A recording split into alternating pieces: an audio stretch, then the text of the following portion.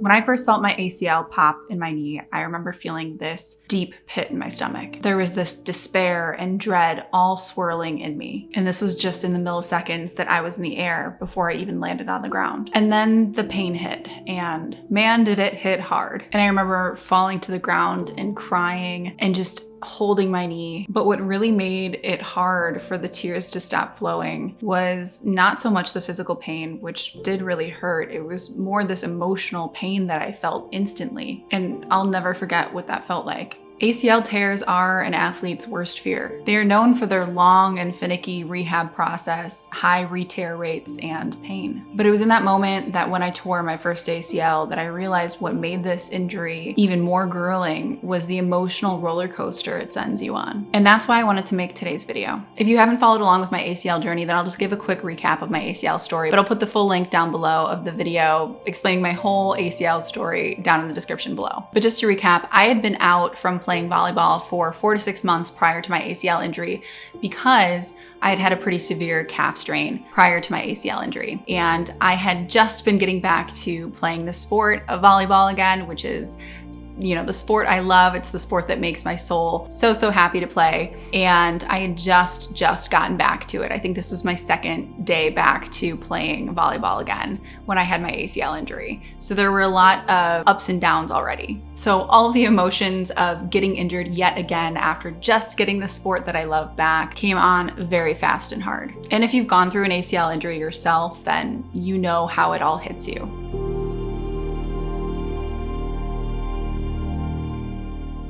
There's often a lot of fear, uncertainty, grief, and loneliness, but there's also joy and purpose and grit in the process too. In the recovery journey, you end up losing yourself and finding yourself again. And who you were when you started out the journey ends up being very different than who you were when you finished the journey. It sounds wild, right? Well, it kind of is. So today I wanted to take some time to really address this emotional side of the journey and share with you guys a little bit about each emotional phase that I went through different phases of the injury and recovery process, and different tools that I use to help me cope with each of these emotions that bubbled up in the process, in hopes that these can be some helpful tools for you to use as well. Okay, so let's talk about the first phase, which is usually something I call the discovery and/or waiting phase. And this is because when you at first tear your ACL, you usually don't know it's your ACL yet. You typically need to confirm this injury with an MRI to be able to ascertain if it's, a rupture or something else. So usually you have to wait for that appointment. Typically there's an initial visit with your orthopedic who will do some different tests on you and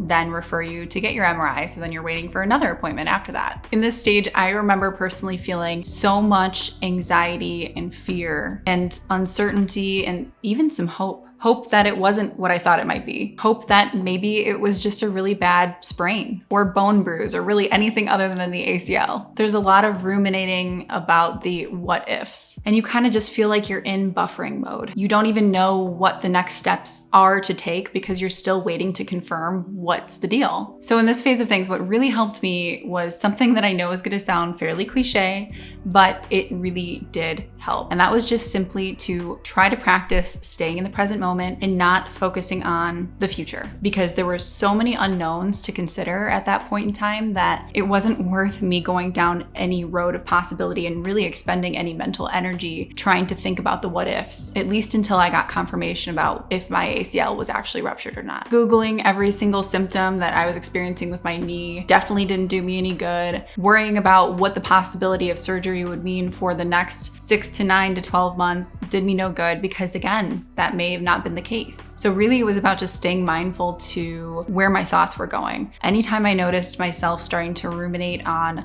a future outcome or the what ifs or just the unknown in general, I would try to bring myself back to some sort of present sensation or something that I'm presently noticing. There's a few different ways to do this. Obviously, there's paying attention to your breath. A lot of people are familiar with that already, about breath work and just paying attention to the sensations of your stomach and chest rising and falling and all that sort of thing. For me, that wasn't my favorite. I actually like utilizing physical sensations. So I like to rub my 2 fingers together and focus on the sensations of trying to feel each ridge of my fingertips together. That has always really helped me because it gives me a physical touch sensation point that's isolated to just my fingertips fingertips, and that's really nice. Sometimes even I'd call out things in the room to interrupt a thought pattern. So if I started to notice myself spiraling and worrying and getting anxious about the what if, I would look around to the room or the space that I was in and start to just name things that are there, like chair, okay, plant, window, just something to break the spiral of future thinking and get myself back into the here and now. And that really helped me in that waiting period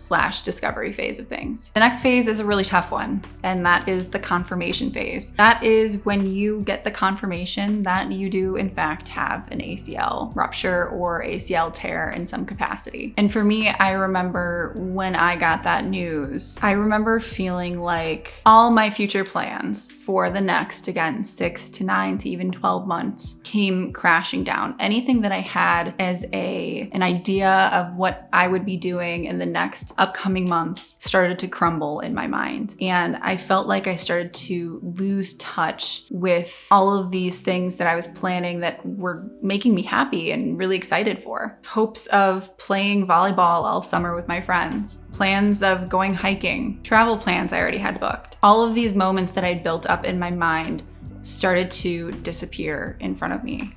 And I really didn't know what to replace them with. I felt like in this phase, I started to grieve a future that never really was mine yet, and possibilities that never were really real. They were all just figments of what future Victoria was planning to do. And this is when, for me, and often a lot of ACLers that I talk to, start to experience some feelings of deep sadness and depression. There's a lot you feel like you're grieving and losing in this process, especially at this point. I also started to feel like part of my identity was taken away in some aspects. My identity as an athlete, as an active person, started to feel like it was slipping through my fingers because I didn't know how to be that and also have a torn ACL and go through this entire process of surgery and recovery. And then I was just also really worried that I'd never get that part of my identity back. And all of these things start swirling and spinning, and all of these emotions kind of take over your whole body and mind. And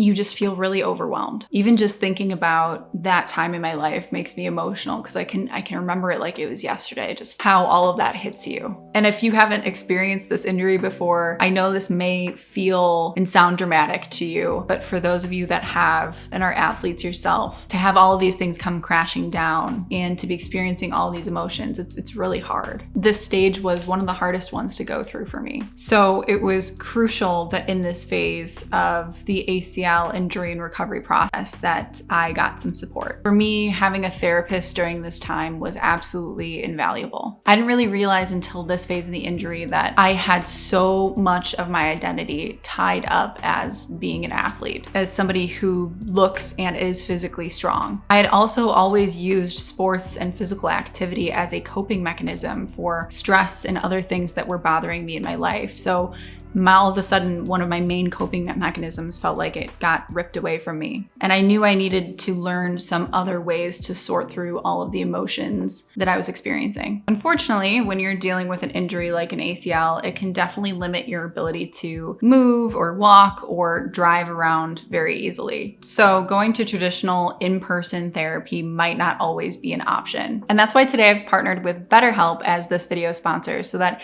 even if it is difficult for you to move around, that therapy can still be accessible to you. Here's how BetterHelp can help you get through this phase of the recovery process. By heading over to BetterHelp's website and answering a few questions, they will match you to a professional who has years of experience helping people through what you're struggling with. And you don't have to go anywhere because BetterHelp offers many ways for you to connect with your therapist. There's phone call, video chat, or messaging, so you don't have to be limited due to your injury. And the whole process happens fairly quickly. You'll usually get matched within 48 hours after signing up. Going through their sign up process myself was super easy, and I got matched with an amazing therapist who has continued to help me nurture different aspects of my identity outside of just being an athlete. You don't have to struggle through this part of your journey alone. Let BetterHelp connect you to a therapist who can help support you while you heal up. Just head over to betterhelp.com/Victoria Dorsano or choose Victoria Dorsano during sign up and enjoy a special discount on your first month. So the next phase is surgery and early post-op. And I know a lot of people kind of dread this phase because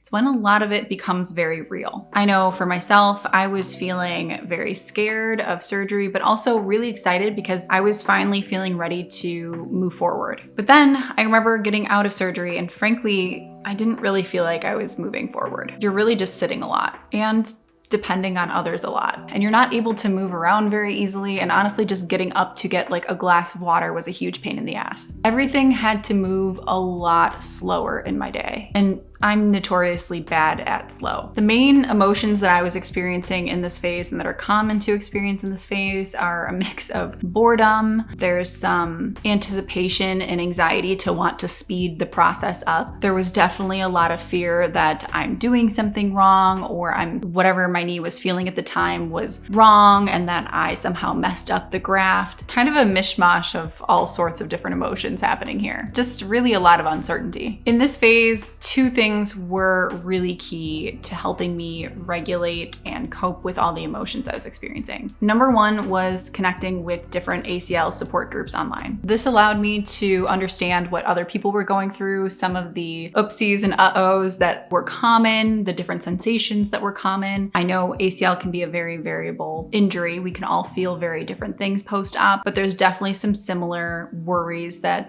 ACLers tend to have right after surgery. So it really helped for me to connect with some of these other folks who are going through it too, and to just kind of commiserate with them. Misery loves company, right? It makes the process suck less when you can do it with other people. I've mentioned this on other videos of mine, and you guys know I'm a big fan of Dr. Kiro. He's been on this channel before. We've done a few Q&As, but he has a fantastic ACL community that I highly recommend you guys check out if you're an ACLer and want some support and to be in a community of other ACLers. I'll drop the link down below for you to jump in his community. So the second thing that really helped me in this phase for helping to regulate and process and cope with some of the anticipation and boredom and all the stuff I was dealing with in this phase was really just focusing on the hallmarks of good self-care. Trying to sleep well and eat well and hydrate well, get outside and socialize with friends when I could. Really just trying to make sure that I'm regulating my body and my nervous system in other ways since I wasn't able to be physically active. And it also just helped me channel all of this kind of anxious, nervous energy into something productive that was actually going to make a meaningful impact in helping my knee heal in this early phase. So the next phase is kind of that mid to later post-op and recovery phase. So after you've already gotten over those first 2 weeks-ish of early recovery, right? When you're kind of just trying to move a little bit, get some range of motion, swelling down, all that jazz, reduce the pain. And you're actually getting into now like the meat of your recovery journey and the rehab portion of things and actually really putting in some work. I remember in this phase of things, once I was able to start walking with a normal gait and going downstairs and starting to feel a little bit stronger and quad was activating, I remembered feeling like a lot of hope and a lot of excitement, like, hey, maybe I can actually maybe do this. Maybe I can get back to where I was before. I'm actually starting to see progress now. We're moving forward. And maybe, just maybe, I can get back to the sport that I love sooner than later. And then I had my first setback. For some people, that might look like a little trip up the stairs, a little stumble, or an odd twist that kind of sends some pain zinging up your knee and maybe makes you swell up a little bit more than you had been before, and maybe sets you back a few days in your rehab. Something that just really makes you go, oh shit. For me, it wasn't so much a small oh shit, it was a pretty big oh shit, meaning my kneecap cracked in half, and that was pretty significant. I go into more details about my kneecap stuff in that other video I linked down below, so I'm not gonna go into that. But this is the territory of recovery where you are constantly towing the line of progressing forward and doing enough in your recovery and doing too much in your recovery and maybe slipping back a little bit. There were days in this phase of recovery that I felt like I was taking leaps and bounds forward, and then there were days where I felt like I took 5 to 6 to 7 steps backward. There were days I felt amazing, and there were days like I felt completely off track with my recovery. It's in this phase that I felt really tempted to compare my recovery timeline with other ACLers' recovery timelines. And whether it's a big setback, like a kneecap fracture, or a little setback where your knee accidentally kind of extends backwards and feels kind of funky for a few days, it can be hard to accept where you're truly at. But what really helped me to manage my emotions in this phase of recovery was to learn to accept that minor setbacks will happen and to expect them, and to learn how to set more realistic goals for my recovery with those setbacks in mind. It can be really frustrating when you feel like you're not where you should be in this process. And some of the things that helped me were kind of focusing on some of these mottos that helped me to reestablish the boundaries of where I'm at. Mottos like go with the flow, celebrate the small wins, it's not a race, one day at a time, and do your best, forget the rest. I know it sounds really corny to have a list of mottos that I pulled from in this phase, but genuinely I found myself thinking about them over and over again every time I'd feel frustrated about where I was, or if I had a certain little setback, or if my knee was swelling one day and I felt like it shouldn't be. It helped me move into a place of acceptance and really focusing on what I could do in the here and now. I had these little mottos and sayings written on Post-its all around my desk and mirrors. They were really just ways for me to stay grounded in my own reality and not anybody else's. And this phase is really when you learn how to be your own best cheerleader and hone in on some really positive self-talk. All right, so let's flash forward to this moment in time, 4 years post-op for me. Once an ACLer, always an ACLer. And just because I'm back to playing my sports and doing all my activities does not mean that I don't still incur some emotions around my knee. I still have plenty of emotional struggles that I experience surrounding my ACL injury. Some days I still feel a little limited by my knee, and some days I can't help but wonder where I would be if I didn't have my ACL injury. But now, after going through this whole process and acquiring all the different skills and tools I've learned to becoming a more emotionally resilient person throughout the injury and recovery process, I'm able to utilize those in this later phase and be able to better deal with some of those emotions that bubble up even now. And that's the thing with this whole ACL process is you walk away with both physical and emotional scars. And I'm not saying that in a bad way, because if you think about scar tissue, it is tough and fibrous and protective. And just like many of us are left with scars physically on our knees from the surgery, we have these emotional scars that are more resilient and tough and fibrous and able to handle more as we grow and evolve as athletes and as people in life. And I don't look at these emotional scars that were developed as a bad thing. They were all there to make us stronger in the end. So you guys, I hope some of these tools will be helpful for you in your ACL journey as much as they were for me. I know this is a difficult process, but I promise you, you will get through it. And the person you will find on the other end of this journey is greater than you've ever imagined if you allow the process to transform you. So guys, if you found this video to be helpful, go ahead and give it a thumbs up, subscribe to the channel. I greatly appreciate you guys as always, and I will see you guys next time. Bye.